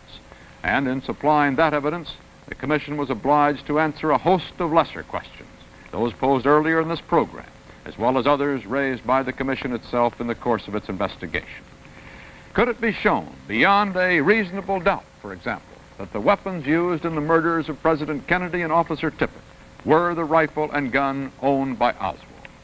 The report cites evidence that Oswald owned the murder rifle.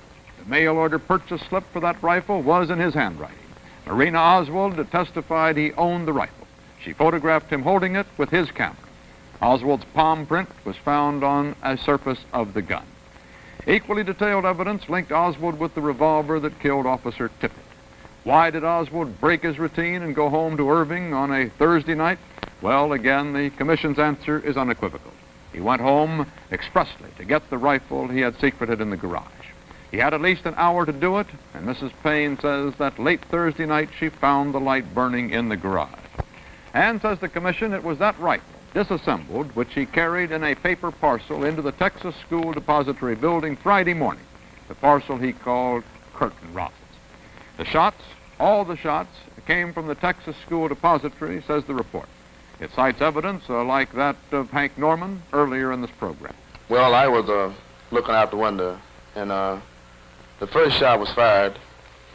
Well, I didn't think much of it because it kind of, shook the building a little bit. Really. It was just that powerful. Then after the second shot was fired, well, I saw the people.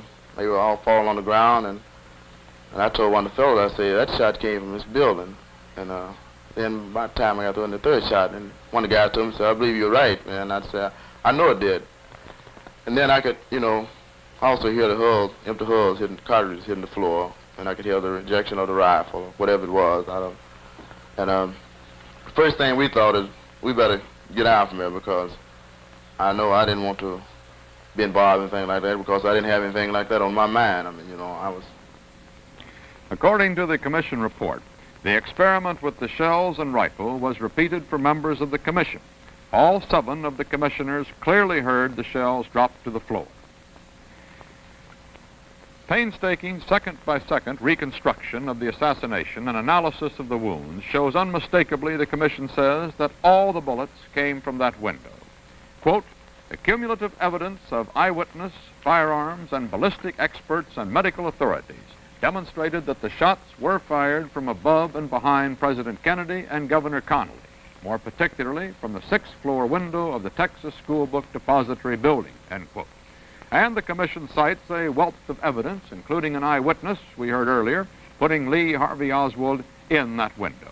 I looked directly across and up, possibility at a 45-degree angle, and this man, same man I had saw prior to the president's arrival, was in the window and taking aim for his last shot. After he fired the last or the third shot, he didn't seem to be in a great rush, hurry. He seemed to pause for a moment to see if for sure he accomplished his purpose, and he brought the gun back to rest in upright position as though he was satisfied. The Commission believes that Oswald probably fired 3 shots, but that only 2 struck home. 3 empty shells were found by the window, all fired according to ballistic evidence from the rifle linked to Oswald. 1 bullet and 2 large bullet fragments were found, and these 2 were definitely fired by that rifle. The Commission isn't sure which of the 3 missed, but it believes that the first one to take effect struck President Kennedy in the back of the neck, passed through the throat, then went completely through Governor Connally's upper body and wrist. It was the next hit, the Commission finds, which caught the president at the back of the skull and caused the massive, fatal brain damage. The Commission notes Governor Connally's insistence that he was hit by a separate bullet. I hate to put myself in a position of arguing with ballistics experts and so forth, but I know a little something about firearms and a little something about velocity of bullets and the speed of sound as compared to it. And I know when I hear a shot And I have time to turn and react, and not only turn one direction, but attempt to turn in another direction before I feel the impact of anything. I know that bullet wasn't in transit that long. That's all there is to it. Nobody ever convinced me otherwise. But the commission finds the evidence against the governor's theory strong. Exhaustive tests and expert testimony have convinced the commission that Oswald had time enough to get off 3 shots with his bolt-action rifle and was marksman enough to hit the president twice at that range using a telescopic sight. But the commission discards the testimony of Malcolm Price and Garland Slack, who said they saw Oswald actually practicing on a rifle range outside town. Oswald was in Mexico at that time, says the commission, just a case of mistaken identity. That would tend to clear up another puzzling question. Mr. Price had said Oswald reached the range by car, and at this time, according to Ruth Payne's testimony, he had not yet learned to drive. Price and Slack are among many witnesses whose testimony was investigated and then rejected by the commission. Now the report carefully reconstructs Oswald's movements, arriving at much the same picture that we saw before in the CBS News program. Reenactments prove, the report says, that Oswald did have time, just enough time, to fire the shots, secret the rifle, and get down to the second-floor cafeteria. And as we approached the second floor, he continued on around towards the third floor. And I kind of looked off to the right over there through a doorway and saw an image of a man walking away through that doorway. And when I got to the doorway, he was on down there a little bit, and I hollered at him and asked him to come back. And so as he approached me, this building manager, who is Mr. Truly, later I found out his name, and I turned around and asked him if the man worked for him and if he knew him. And he said, yes, said he works for me, and I know him.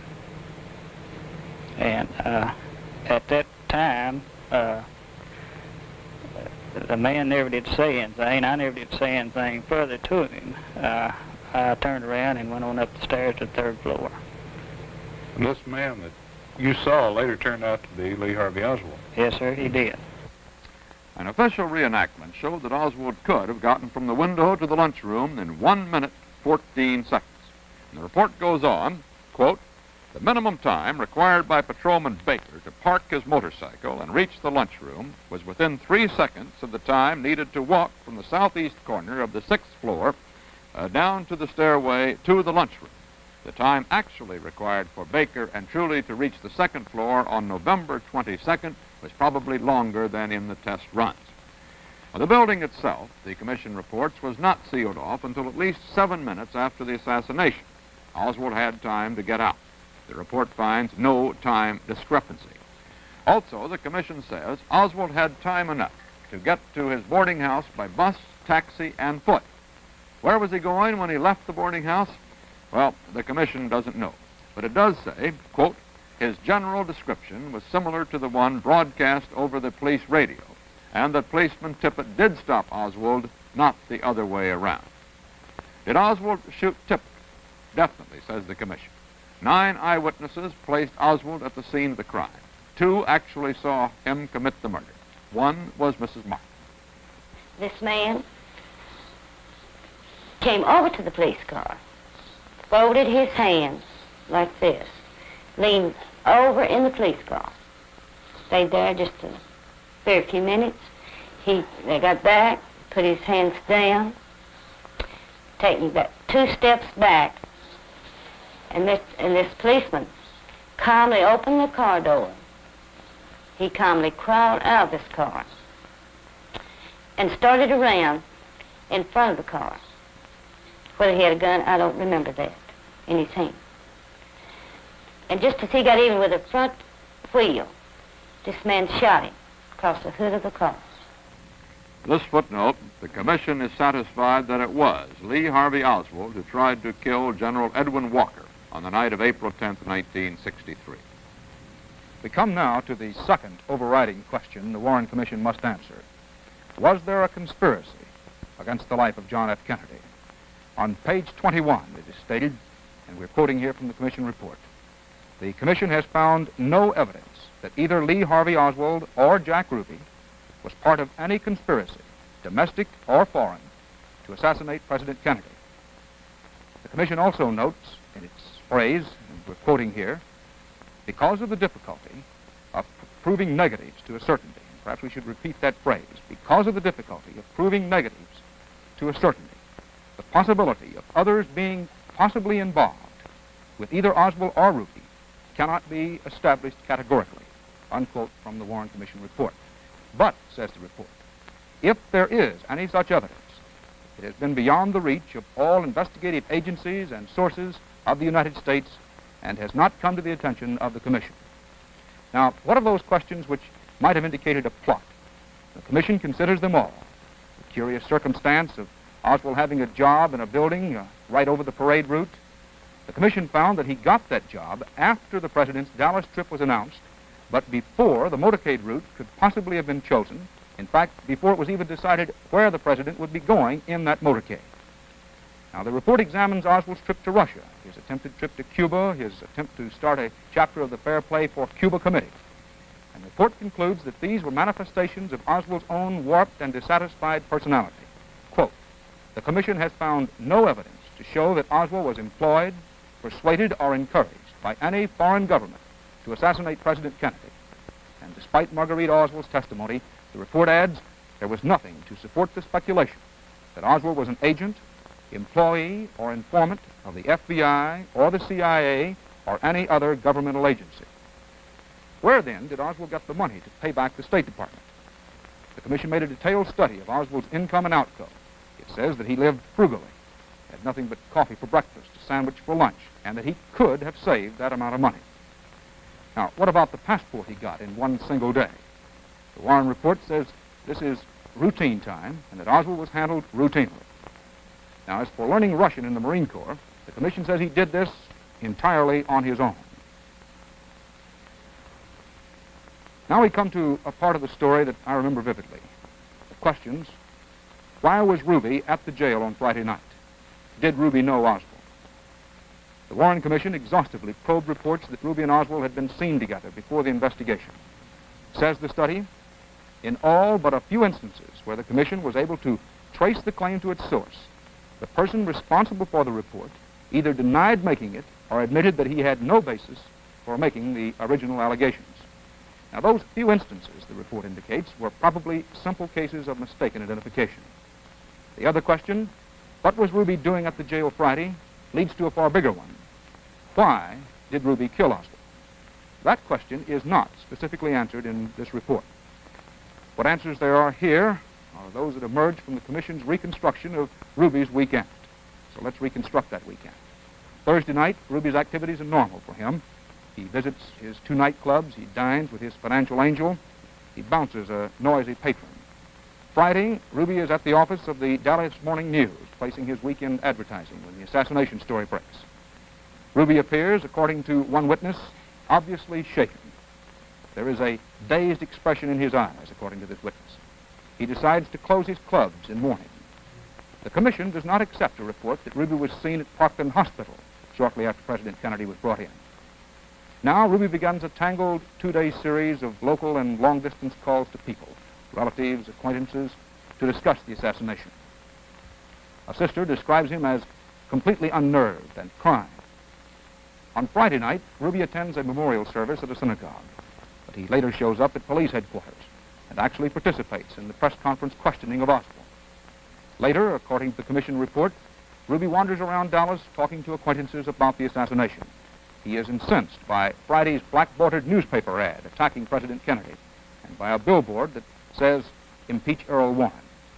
Ruby says, according to a committee witness, and this is a direct quote, "This is the work of the John Birch Society or the Communist Party or both." And he does some ineffectual detective work trying to track down the source of the newspaper ad.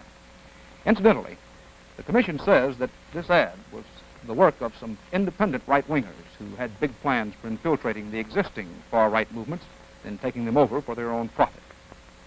On Saturday, Ruby watches a rabbi eulogizing the late president on television. Then Ruby visits the scene of the murder, and he boasts to a friend that he's been acting like a reporter. Saturday night, Ruby is depressed again. He criticizes 2 other nightclub owners for staying open after the assassination. And Ruby says, I've got to do something about this, though it's unclear whether he means the competition or the killing. Saturday morning, Jack Ruby's testimony to the Warren Commission says, and I quote, I saw a letter to Carolyn, 2 columns, about a 16-inch area. Someone who had written a letter to Carolyn, the most heartbreaking letter. And continuing to quote Jack Ruby's testimony to the Warren Commission, I don't remember the contents. Alongside that letter, on the same sheet of paper, was a comment in the paper that, I don't know how it was stated, that Mrs. Kennedy may have come back for the trial of Lee Harvey Oswald. Suddenly the emotional feeling came within me that someone owed this debt to our beloved president to save her the ordeal of coming back. Unquote from Jack Ruby. A little later that morning, Ruby killed Lee Oswald. What happened to Lee Harvey Oswald in the Dallas police jail? Says the Warren Commission, all available evidence indicates that Oswald was not subjected to any physical hardship during the interrogation sessions or at any other time while he was in custody. The commission finds that Oswald's bruised eye and slight cut were indeed the result of that scuffle with Officer McDonald inside the theater. But the commission does indict the Dallas police for permitting, and us of the press for creating, the bedlam that existed in the Dallas jail during Oswald's last 2 days of life, that jammed corridor full of lights, cameras, and shouting reporters. And that leads to the next great question. Who is responsible for the murder of Lee Harvey Oswald? Jack Ruby, of course, did it. The commission points out that millions of people saw him do it on television. But how was he able to do it? In the midst of a crowd of police, in the very basement of police headquarters. Now, once again, the commission assigns the blame to the police department and to the press. And by press, the commission certainly includes radio and television. First, says the Warren Commission report, responsibility for Oswald's safety during the transfer was never clearly assigned. Result, confusion.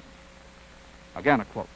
The failure of the police to remove Oswald secretly or to control the crowd in the basement at the time of the transfer were the major causes of the security breakdown which led to Oswald's death. Then the report goes on to add that the commission believes that the news media, as well as the police authorities who failed to impose conditions more in keeping with the orderly process of justice, must share responsibility for the failure of law enforcement which occurred in the connection with the death of Oswald. Police Chief Curry failed to restrain the newsmen, the commission indicates, and the newsmen failed to restrain themselves. Reporters, according to the commission report, displayed a regrettable lack of self-discipline, disobeying police orders, shouting questions at Oswald, and constantly pursuing public officials. The report concludes the promulgation of a code of professional conduct governing representatives of all news media would be welcome evidence that the press had profited by the lesson of Dallas. If you had to go through this again, what would you do differently? Well, that's a difficult question for me to try to answer. I can very definitely say this, that I'm afraid that I would be criticized again, but probably it would be from the news media because I wouldn't let them inside the city hall. That same combination of journalistic insistence and official indulgence, according to the Warren report, spawned much of the confusion and many of the discrepancies that have plagued this story ever since, and we quote the commission report, in their efforts to keep the public abreast.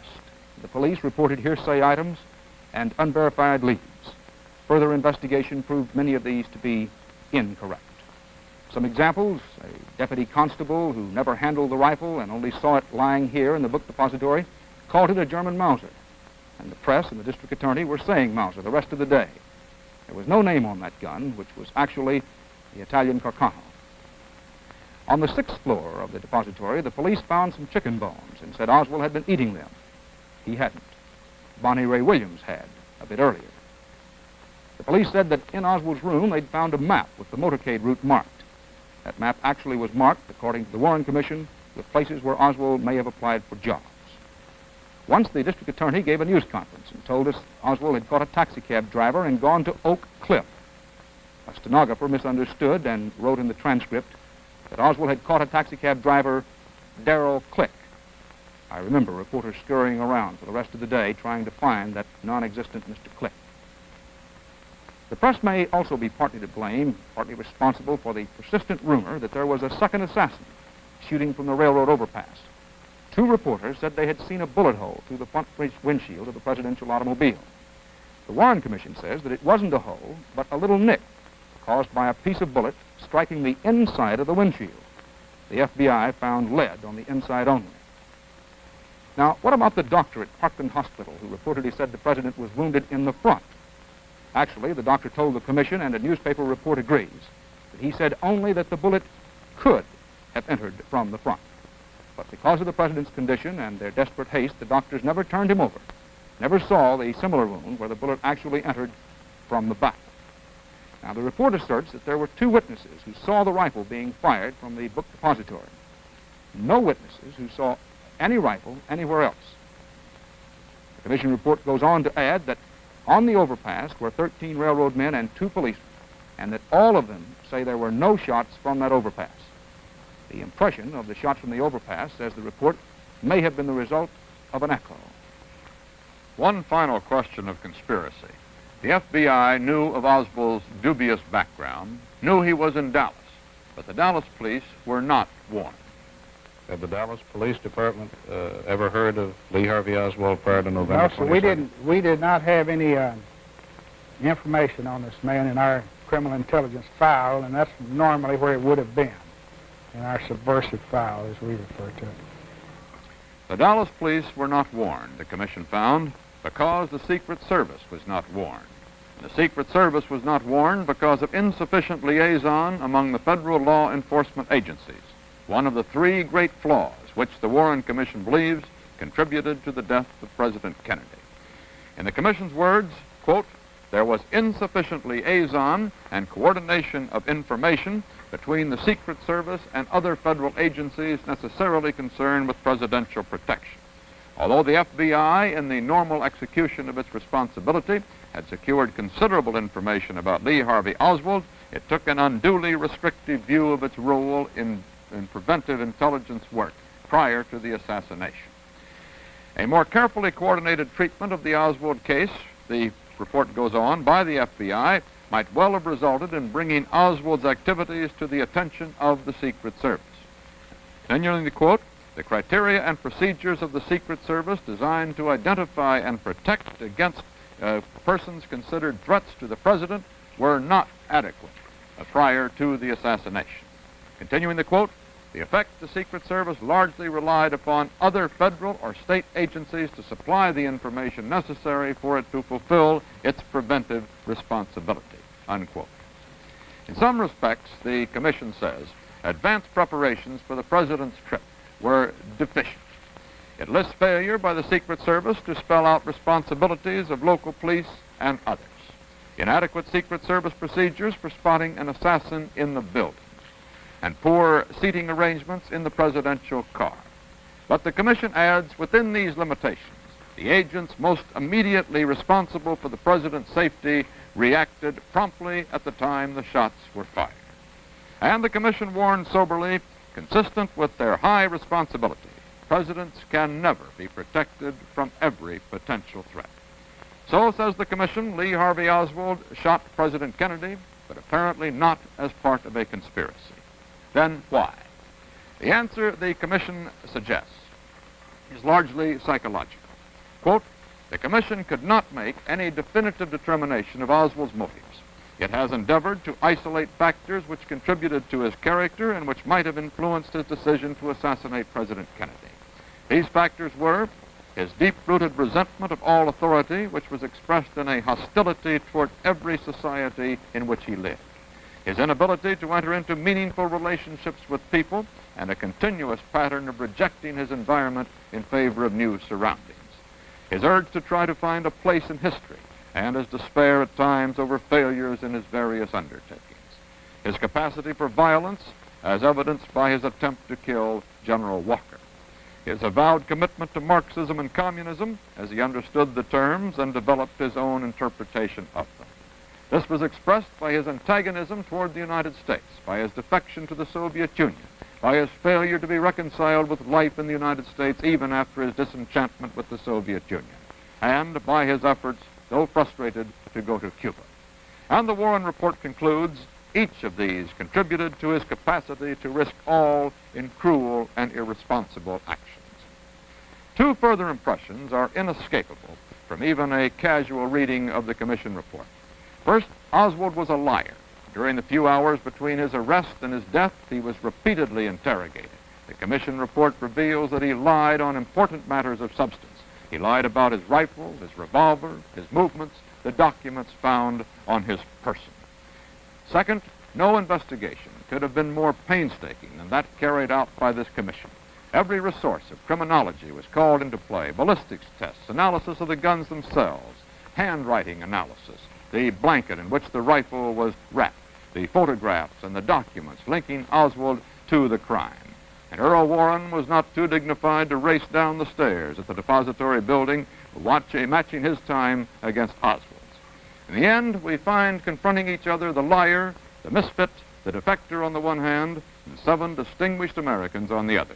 And yet, exactly here, we must be careful that we do not say too much. Oswald was never tried for any crime, and perhaps therefore there will forever be questions of substance and detail raised by amateur detectives, professional skeptics, and serious students as well. For the Warren Commission could not give Lee Harvey Oswald his day in court in the protection of our laws. Suspects are not tried by 7 distinguished Americans. Their cases are heard under law by 12 ordinary citizens. If it had not been for Jack Ruby's revolver in the basement of the Dallas police station, 12 such citizens would have heard the evidence, would have heard Oswald if he had chosen to speak. That jury would have represented our judgments, our conscience, and in the end would have spoken for us. Now, we do not have that reliance. We must depend upon our own judgments and look into our own consciences. The Warren Commission cannot do that for us. We are the jury, all of us, in America and throughout the world.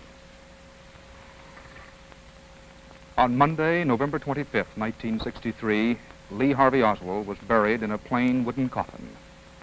As he was lowered into his grave, his secrets were buried with him.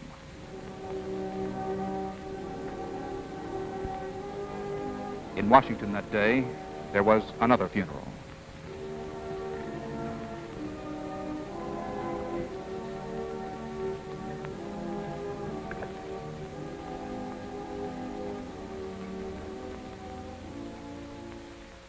This has been a CBS News Extra. November 22nd and the Warren Report.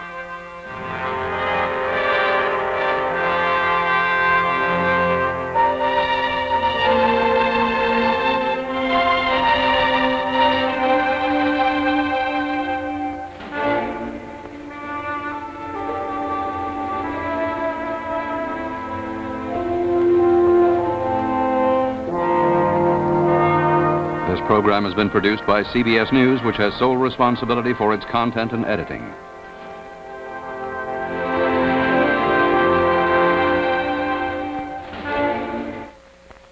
This is the CBS Television Network.